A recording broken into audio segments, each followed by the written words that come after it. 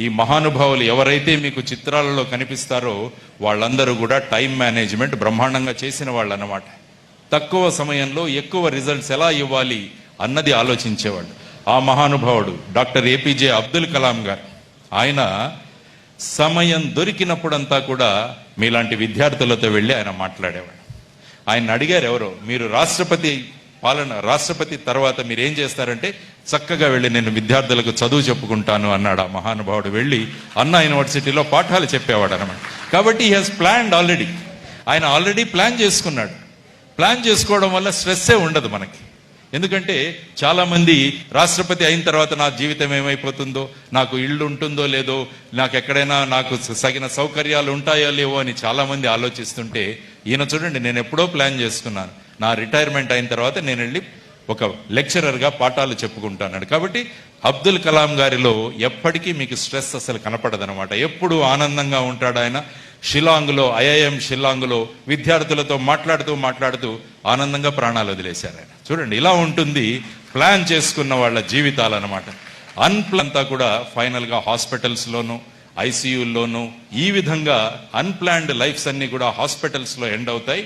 Planned lifes అన్నాయి posters మీద నిలుస్తాయి అన్నమాట. That is the difference between planning and unplanning. కాబట్టి ఈ విధంగా గనక మనం ప్లాన్ చేసుకుంటే అవుతుంది. చాలా మంది ఏమనుకుంటారంటే, మన దగ్గర బ్రహ్మాండంగా సమయం ఉంది, చాలా సమయం ఉంది, నెమ్మదిగా చేసుకోవచ్చు అని వీ కీప్ పోస్ట్పోనింగ్ థింగ్స్.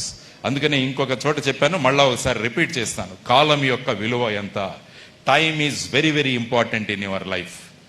చాలా మంది అనుకుంటారు ఏంటంటే, ఒక సెకండ్ జీవితం ఏం లేదు, ఒక సెకండ్ వేస్ట్ అయితే కూడా పర్వాలేదని చాలా మంది అనుకుంటుంటారు. కానీ ఒక సెకండ్ యొక్క విలువ మీకు తెలియాలంటే, ఒలింపిక్స్ లో 100 మీటర్స్ రేసులో 4th ప్రైజ్ వచ్చిన అతన్ని వెళ్ళి కనుక్కోండి. 4th పొజిషన్ వచ్చిన అతను ఏమంటాడంటే, ఈ సెకండ్లో నేను 10వ వంతు ఇంకా బాగా పరిగెత్తిండగలిగే, కనీసం 3rd మెడల్ వచ్చేది, 3rd ప్రైజ్ లో నేను వెళ్ళగలిగేవాడినని ఆ రన్నర్ మీకు చెబుతాడనమాట. కాబట్టి you should know the importance of second from a person who has stood 4th in the Olympics 100 metres dash. నిమిషం కూడా మనం అనుకుంటాం, ఓహో నిమిషం ఇంకా చాలా ఉందిలే, ఒక నిమిషం వేస్ట్ అయితే ఏమవుతుందిలే అనుకుంటాం. కానీ మొన్న హైవేలో వెళుతూ ఒక యాక్సిడెంట్ జరిగింది. అప్పుడే ఒక కుర్రవాడు ఆ ఏజ్లో ఆ మోటార్ బైక్ స్పీడ్గా వెళుతూ అక్కడ స్కిడ్ అయిపోయి పడిపోయి చనిపోయాడు. వాళ్ళ అమ్మ నాన్నలు అక్కడ ఏడుస్తూ కనిపించారు. ఆ అమ్మ ఏముంటుందంటే, నాన్న ఒక్క నిమిషం ఓపిక పట్టుంటే నీ జీవితం బ్రహ్మాండంగా ఉండేది కదరా అని ఆ అమ్మ ఏడుస్తుంది అక్కడ. ఆ అమ్మని అడగండి, ఒక నిమిషం విలువ ఎంతో మనకు తెలుస్తుంది. కానీ మనం నిమిషాలు మనం వేస్ట్ చేసేస్తున్నాం అనమాట. తర్వాత ఒక గంట అంటే ఇంపాస్ అయిపోతుంది. కానీ మన బంధువులు ఎవరైనా హాస్పిటల్లో అడ్మిట్ అయినప్పుడు, ఐసీయూలో ఉన్నప్పుడు డాక్టర్ గారు బయటకు వస్తే మనం అంతా ఎదురు చూస్తుంటాం, ఏమి చెప్తారో డాక్టర్ గారు అని. డాక్టర్ గారు వచ్చి 48 గంటలు మేము అబ్జర్వేషన్లో ఉంచాము అని చెప్తారు. అప్పుడు మనమంతా ఐసీయూ ముందు కూర్చొని టైం చూసుకుంటూ ఉంటాం. అప్పుడు తెలుస్తుంది ఒక గంట అంటే ఎంత సమయం ఉందో అప్పుడు మనకు తెలుసు. ఎందుకంటే టైమే కదలదు అప్పుడు మనకి. కానీ ఇప్పుడైతే బ్రహ్మాండంగా టైం కదిలేస్తుంది. కాబట్టి గంటలు మనం వేస్ట్ చేస్తున్నాం. కాబట్టి గంట విలువ ఎంతో వాళ్లకు తెలుస్తుంది. తర్వాత నెల రోజులు కూడా మనం అనుకుంటాం, ఏముంది అలా వెళ్ళిపోతుంది నెల రోజు, పెద్ద ప్రాబ్లం లేదు, ఇంకా పరీక్షలు చాలా రోజులు ముందున్నాయిలే అని చెప్పేసి. కానీ నెల రోజుల విలువ ఎవరికి తెలుస్తుందంటే, మీరు ఎప్పుడైనా హాస్పిటల్కి వెళ్ళండి. మా పీడియాట్రిక్ హాస్పిటల్, మా డాక్టర్ గారు ఉన్నారు ఇక్కడ. ప్రీమెచ్యూర్ డెలివరీస్ అని అవుతుంటాయి.